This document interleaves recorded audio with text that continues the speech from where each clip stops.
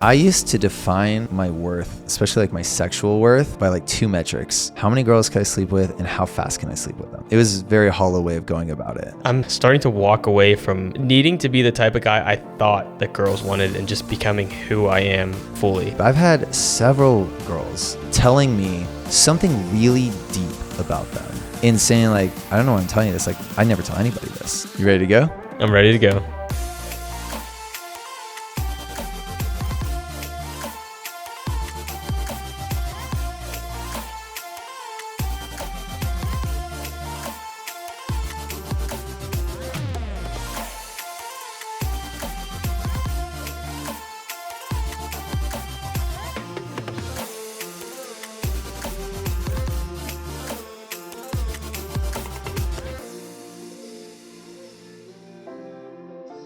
Hey guys, welcome to Practically Famous, where we help you master the art of dating, confidence, and inner healing. I'm Brad, your host. And I'm Jake, your co-host. Well, I feel like I say this every week, but what a week. What a week. We really do say that every week. We're like, wow, this week was the week that everything changed. That's the beauty of this journey, though. Yeah. Is because every week we are growing because we are out there. We're putting in the work, both in the actions that we take and in the internal processing that we do outside of the field. Every week just leads to a new level, a new growth. Yeah. It's like absolutely. If we were practicing any kind of new skill, right? Learning an instrument or learning a foreign language or whatever, if we were actually putting in 5, 6, 7, 8, 9, 10 hours a week to that, of course, every week is going to be a new breakthrough, right? We're going to have a new skill or a new level of that skill. So this week we did exactly that. We put in several hours, both out in the field and back at home integrating. And so, yeah, we reach new levels and it feels like such a wild breakthrough because the very things that like we even talked about last week or 2 weeks ago on the podcast, we're literally talking about the solutions to those on this podcast. Yeah, that's and then we're going to talk about our new problems on this podcast. And the next week and the week after, we're going to have the solutions for them. Yeah, it never ceases to amaze me, the consistency of our transformation, right? Like every week there's a new insight inside of me that I like look back on my past and I'm like, oh, that's why I was so afraid to do that. Or that's why I held back so much when I was younger. And that's why I had so much trouble when I first started this process. And it's interesting that no matter how much we transform and reveal, there's still more in there, but it's just a deeper layer. Oh, yeah, for sure. And it's so funny because every week I have a moment, 100%. I have a moment every week where I feel like I'm just not making any progress. Yeah. But then if I look back at like our past several episodes, or I look back at the experiences I was having even just a couple weeks ago, and I'm like, oh, wow, I've made a lot of progress. Yeah, that's funny. Literally today, I watched our first couple episodes and we were talking about like what was happening to us at the time, like the first neon rave party. And just thinking back to that time and thinking about who we were, who I was, and the type of action that we were taking. And, you know, we're not doing anything radically different, but we're doing it with so much more presence, so much more authority, leadership, confidence. It is very interesting to think back on even just a couple months ago and think about we're just such a more grounded version of that. Oh, 100%. We are. And like you said, it's not necessarily a lot of things different in the actions we're taking. We're just going out and, you know, talking to people, connecting with people, expressing ourselves. And that's what we've been doing for months, but it's the way that we do it, right? It's the energy that we do it with. It's the presence that we bring to it, the self-awareness that we bring to it, the leadership that we bring to it. If anything, I'd say that's probably one of the biggest areas of growth that we've both had is just our leadership when we're out. Yeah. I've watched your leadership grow and it's been absolutely mind-blowing to watch that transformation. Thank you. Yeah. You make me blush. Oh my God. Yeah, that's what I do, man. I appreciate it. I appreciate that a lot. I also feel that my leadership has grown because my awareness around it has grown too. And that helps a lot. And you've helped me develop a lot of that awareness that I just didn't even see before. Yeah. Awareness is such a fundamental part of leadership, right? That's like the first step of leadership is just to become aware. Yeah. And I'm not even sure if I can fully articulate that yet. I'm still putting the pieces together on how to clearly articulate what exactly leadership is. Like, what is the formula? We know what it looks like because we see the moments of it and then we'll talk about it and we'll be like, oh, that was a great moment of leadership. Let me read to you my current definition of leadership because I didn't have one. And what do you think? Do you think it's a good thing for us to be like defining everything? I think it is because it makes it clear in my mind and therefore if I'm going to teach somebody how to do it, it makes it easier for me. I think it's good to have a definition, but I also think it's good to have flexibility And fluidity. and just understanding that, because leadership, just like game, is so fluid in the moment. Yeah. And you have to be able to adapt. And so if you have a rigid definition, like, well, the definition of leadership is this, so I can't do this. Yeah. That's when like things start to break down. Well, then let me read this to you. Let's see if this encapsulates that. Leadership is the act of holding clear awareness in service of a greater movement. It's not about control, it's about presence. A leader tunes into what's needed, grounds themselves in truth, and moves forward in a way that invites others to do the same. True leadership isn't about being ahead, it's about being with and guiding from a place of embodied clarity. Pretty fire. I especially like the last part where it says about being with instead of ahead. I feel like that is so crucial. A lot of times, like I would even be guilty of this, about thinking like, okay, if I want to be a leader, like I have to know everything, or I have to be, above other people, smarter than them, more skilled than them, better looking, whatever, right? Whatever the competence factor for that particular context of leadership is. Yeah. But no, you're like you said, it's about being with, right? Because you could be with someone who's on the exact same level with you. And if you just say, hey, we're going to move forward together, we're going to do it like this, that's leadership. That is leadership, yeah. Right? I also think that's fundamental, like to creating a container. I think creating a container and leadership go hand in hand. They're not the same, they are different. But creating a container for somebody is just about being present enough in yourself to witness them where they are fully. Yeah. Creating a container is one of my favorite concepts we have come up with. Really? 100%. That has made so many things clear to me. So I don't think that we came up with it specifically. Well, where do we get it from? I think it's talked about in The Way of the Superior Man. Oh, okay. Well, I haven't read that book. So in my mind, we came up with it. Well, so you read it. So you were probably using that language. And then I was like, I've never heard that before. This is fire. We made it up. Jake made it up. And I was a part of it. So we made it up. We may have refined it to a level that it wasn't at before. So very true. And it definitely is something that just really resonates with me. And so, for example, this weekend, I had I dare if I say it, man, like one of the most profound weekends of my entire life. I want to say it's not true, but it is true, yeah, right? It is. I can confirm, actually, it's true too, yeah. Yeah, so I decided very last minute that I really wanted to go to this music festival in Los Angeles. So I bought a last minute ticket and I drove out Friday morning from Arizona. So it took me about 6 hours to get there. Drove straight to the festival, met up with a bunch of my friends back from California there. And, my friends, basically there's this couple is kind of like the anchor of the group. They have this big totem, which is like a sign that you carry around at a music festival so that your group can find you.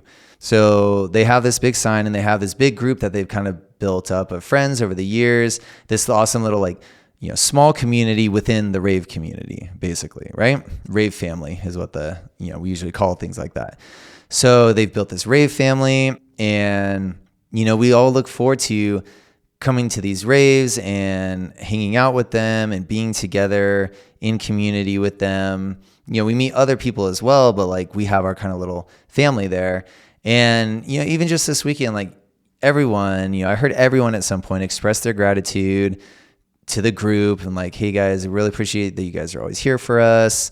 And, I've talked to the guy who leads it, because he's mentioned some things about oh yeah, well I can't really do this or do that during a rave because I kind of have to take care of the group. And I have taken it upon myself many times to really validate him for even saying things like that. Say, hey man, I really understand because you're a leader and you have people to watch out over and people are counting on you. So yeah, you can't maybe go as feral as you want in the rave and you can't leave the group and go up to the rail or, get super messed up on substances because you have people to take care of. And I just want you to know that I see that. And that's what he does. This guy has created a container within the rave community for people to come, to feel safe, to feel loved, to feel wanted.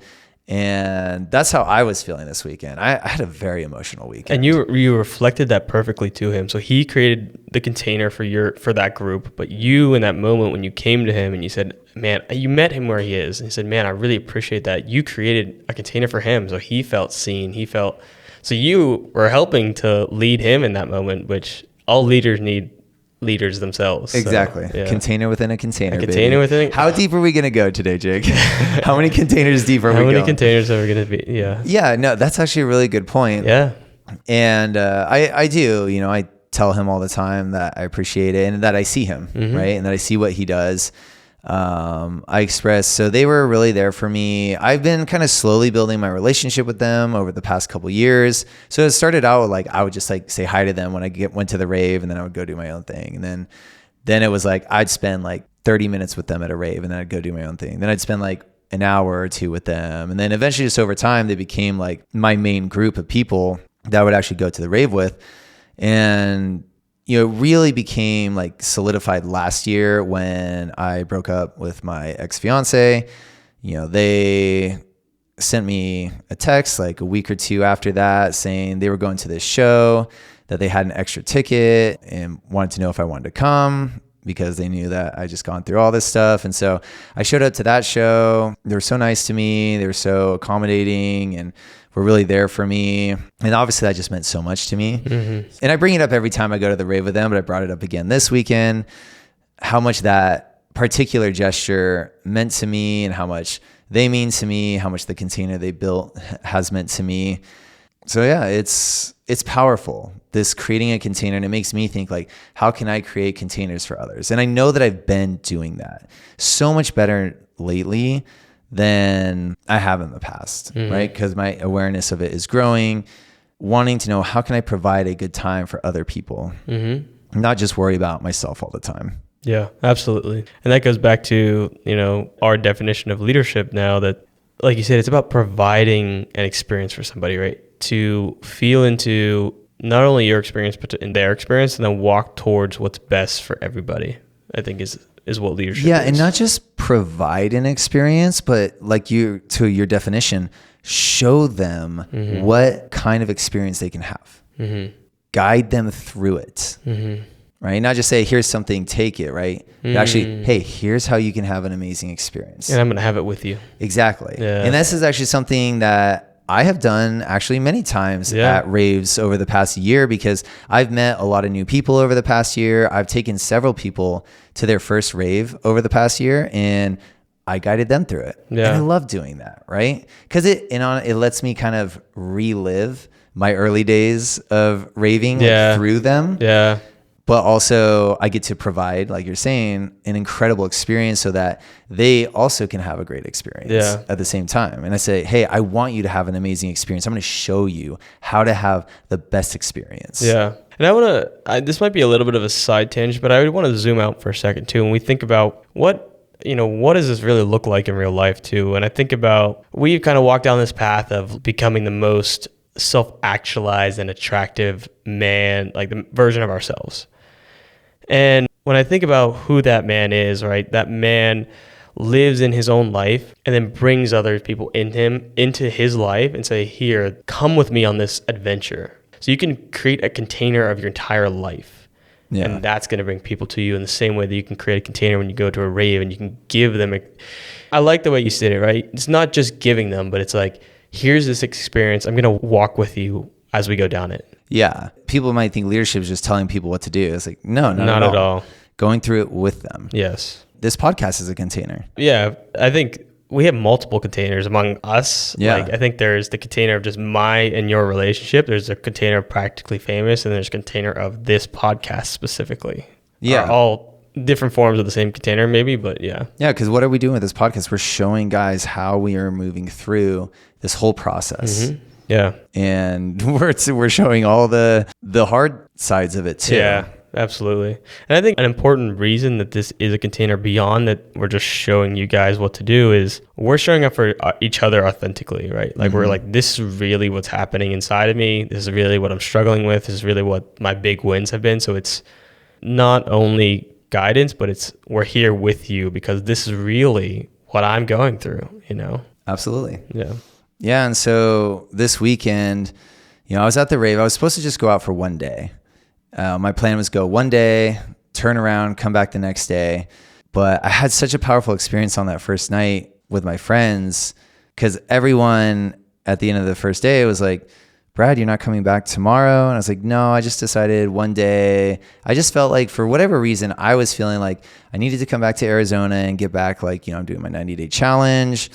I've got a lot on my plate. So I just need to get back and go to Arizona. I just wanted to spend a night, enjoy some good music, see you guys.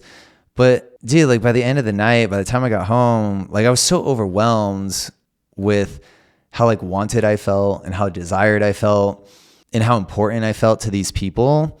I was like, okay, I'm going to go back for day 2. And day 1 was a lot of fun. It was a pretty wild day, like lots of wild experiences, a lot of ups and downs, some very hard moments for sure. A lot of things came up for me just energetically. Like I was feeling kind of, even among that, at times feeling kind of lonely or outsider like kind of feelings for whatever reason. Like I was hanging out with my friends, but I still like kind of felt even alone within that. And I just realized that like I felt like my cup was empty, right? And I wanted to be the person that was like my cup was running over and I was like giving good energy to others. But I felt like in that moment, especially on night 1, that like I needed something. Like I didn't have, because I felt like I can't give what I don't have, and I'm not feeling full myself right now. And I don't know what I was feeling like. I needed some kind of validation or whatever, but I really sat with it and, just kind of allowed myself to feel that, and eventually was able to kind of let go of it at the end of the night and really enjoy the last like 2 hours of the night with my friends, had really great moments. And I came back for day 2 feeling so much more full, feeling like I am loved, I am desired, like people do want me here, I'm not alone. And so I came back day 2 feeling this way. And I could tell the moment I got to the rave, I was talking to everybody, right? It was flowing out of me. I was full. And everyone I was talking to was having like long conversations with me, and I could tell I was just making people feel good and everything. And really early on in the day, I approached a girl and we hit it off really, really good and had great chemistry. And she was there. She was just there by herself.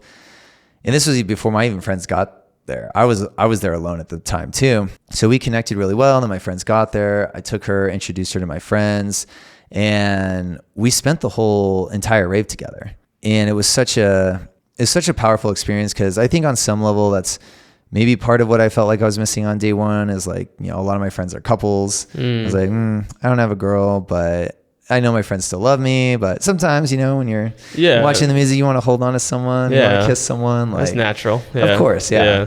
So I had this amazing experience all day with her, and it was just like, a powerful one-day experience, but it healed a lot of things in me. And I didn't even realize how powerful the experience was until I got home later.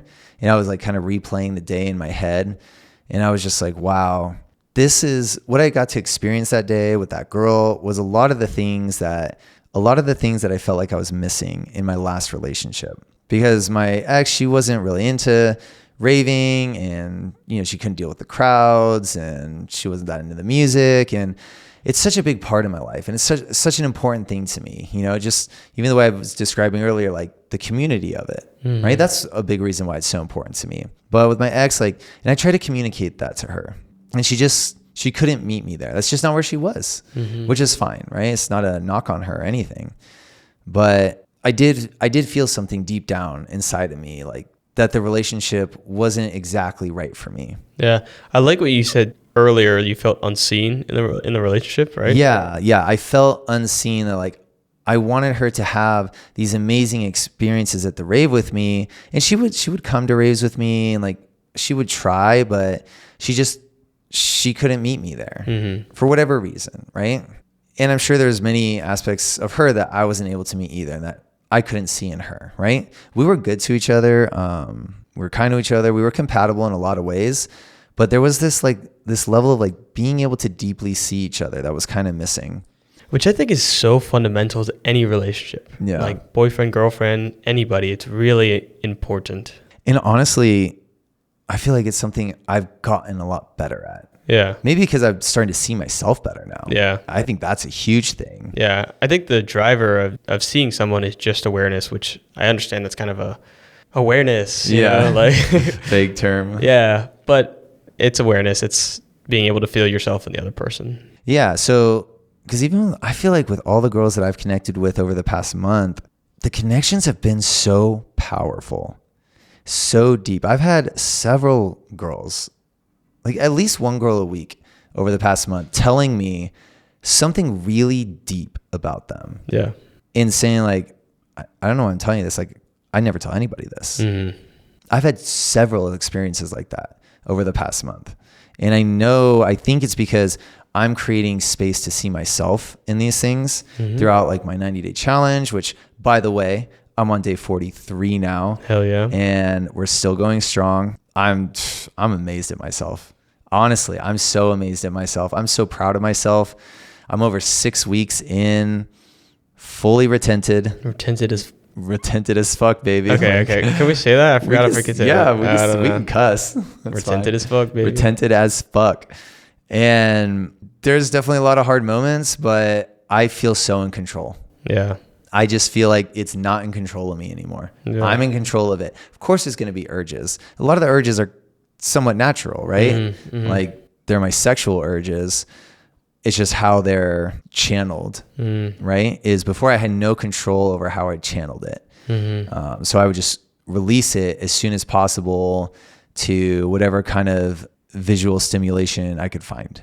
Whereas now I'm like, no, this only gets used in a proper context that I've determined that is acceptable for me, and that's with another person. And yeah, I'm in control, and it feels so good. It just makes me feel so powerful. Nice. It makes me feel like a man, dude. Yeah. Honestly. Yeah. I know that feeling. I know what that feels like. It does. Yeah. It's helping me set boundaries better. I'm so much better at communicating my boundaries to girls now. You know, because I used to feel like, oh, if I set a boundary, maybe that'll push her away because maybe she doesn't want to meet that boundary. And now I'm like, yeah, I don't care. Like I have boundaries for myself and I follow them. So like you're damn well going to also follow them. Right. I don't say it in a mean way or something, but you know, it's just like how I feel internally about myself. Like that's how. Do you have an example of a boundary that you set recently with a girl? Yeah. So one boundary I have right now is that I'm practicing semen retention.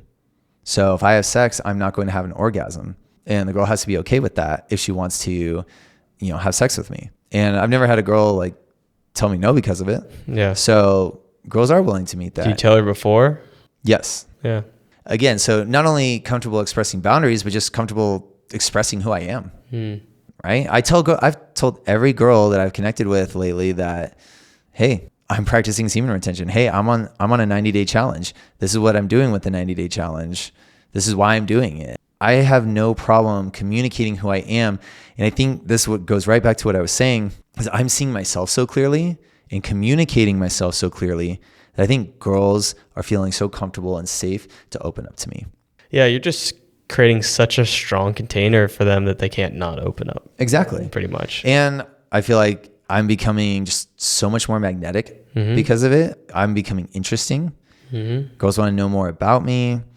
Girls are kind of drawn to me. I know I've had several girls lately tell me that my eye contact is really intense. It's like I will stare girls because I will look right past these girls' eyes and stare right into their souls, and they feel it, and they'll look down and they'll giggle and they'll be like, "Stop it!" I'm like, "Stop what?"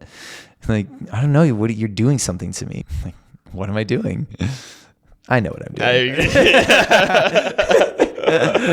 I'm just playing dumb. That's funny. But yeah, and I like it. And I also like when these girls do this, I'm really appreciative of it. I tell them, I express my gratitude to people. I'm experiencing a lot more gratitude, so I'm sharing it. Like I sent DMs and text messages to like all my friends individually from the rave this weekend, telling them the impact they had on me that weekend, the impact they have on me in life, how grateful I am for them. Because I'm just overflowing with gratitude right now. And so even if a girl tells me something, deep or private, or that she doesn't tell a lot of people, I share my gratitude for her. And I say, thank you for sharing that. I really appreciate you sharing that. I'm glad I can know you on a deeper level now. That's fire. I live for this, man. That's fire, yeah. This is what I love, right? Yeah. This is why I say, like, game is like, it's not just about picking up girls. It's not just about getting laid or anything. It's like, this is what it's about for me. It's about deep connection, really deep connection, safety, trust, and don't get me wrong, fun and flirty and sexual too. Yeah. Absolutely. I mean, that's fundamental to that entire package, right? It's fundamental to polarity too. Yeah. Like fun and flirtiness. Yeah. So that's the kind of things that I've been experiencing lately, and it's been incredible. And it feels so fulfilling to be able to connect with girls on such a deep level. Yeah. Yeah, it really does. I've been really like stepping into a new side of myself recently, and like I'm starting to walk away from needing to be the type of guy I thought that girls wanted, and just becoming who I am fully. Love it.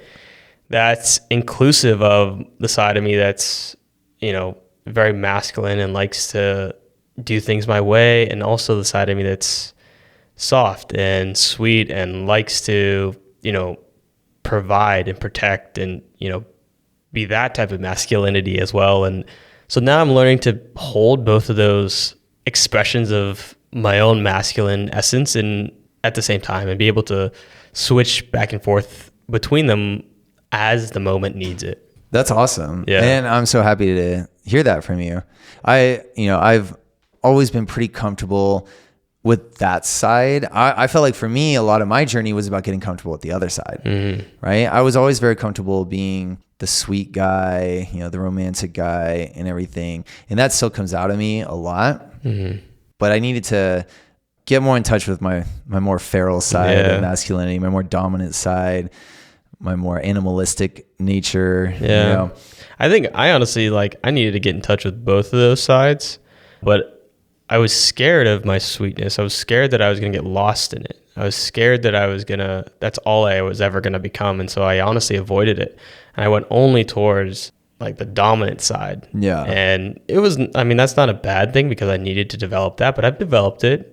I'm not done developing it, but I've made good progress. But now it's time to also develop the softer side, the side that, that women can really relax into. Yeah. That side. Yeah. Just the side where you can just hold her. Yeah. You don't always have to be dominating her or something. Exactly. Right? Yeah. And honestly, when you do that, it's so fun. I've had so much fun prioritizing fun instead of prioritizing, honestly, getting sex. Yeah. I've stopped prioritizing getting sex, and I've just prioritized having fun. And whatever the difference is for everybody else, what's important to me is that my own experience is different. I'm genuinely having a blast when I go out now. Yeah. It doesn't matter what happens. Yeah. I used to define my worth, especially my sexual worth, by 2 metrics. How many girls can I sleep with, and how fast can I sleep with them? Yeah. And that's all I cared about. And it was a very hollow way of going about it. It's very hollow, but at the same time, it's not the way that I would teach somebody, but I understand why they're there, because I've been there too. As a man, you do feel this pressure to if you don't sleep with a lot of girls and you don't sleep with them very quickly, it must mean that you're not very much of a man. At least that was the program that was running in my mind at one point in my life. I had the exact same program running through my mind, and you're right. It's very ego driven, right? Yeah. It's well, if I can do this, then I'm a better man, right? And like you said, I understand where it comes from, right? Because if you come from a place where that wasn't your life experience, you're assuming that's how every guy is, and you're less of a guy because of it or whatever. But now I've had a lot of relationship experience at this point. I've had a lot of time also being single. So I've had a lot of both. So I've had plenty of sexual experiences. I've had a lot of great relationship experience. So now I'm not so much ego driven by these things anymore. What I'm driven by is just what I was describing earlier, is the depth of the connection I can make with her. Can I see into her soul? That's what I want. I want true, deep connection. And I don't care how fast we have sex because of that. I don't even care if we do have sex, because, the girl that I spent that second day at the rave with, we didn't have sex. We hung out at a festival for a day. We made out, we danced, and it was a very, It was a very like melodic music festival. So a lot of kind of like romantic music and stuff. And it was a very romantic day. And that was great. And I needed that. It healed a lot of things for me, like I was saying earlier, from like my previous relationship.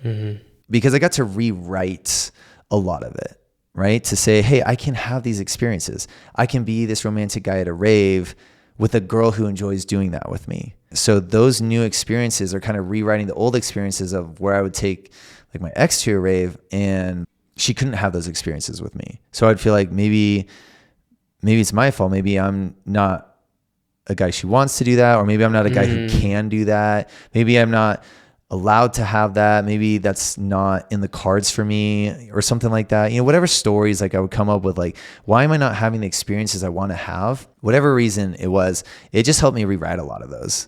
And it was just very powerful for me. Yeah, I love that.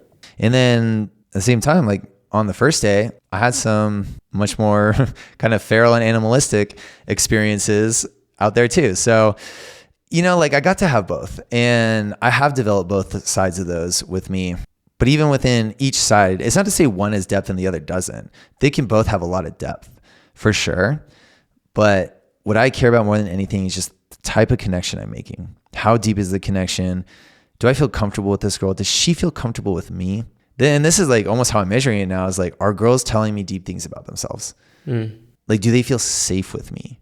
I think that is such a big thing for me. Is like, I want a girl to feel safe with me, that she knows deep down that I have her best interest at heart. So how do you do that?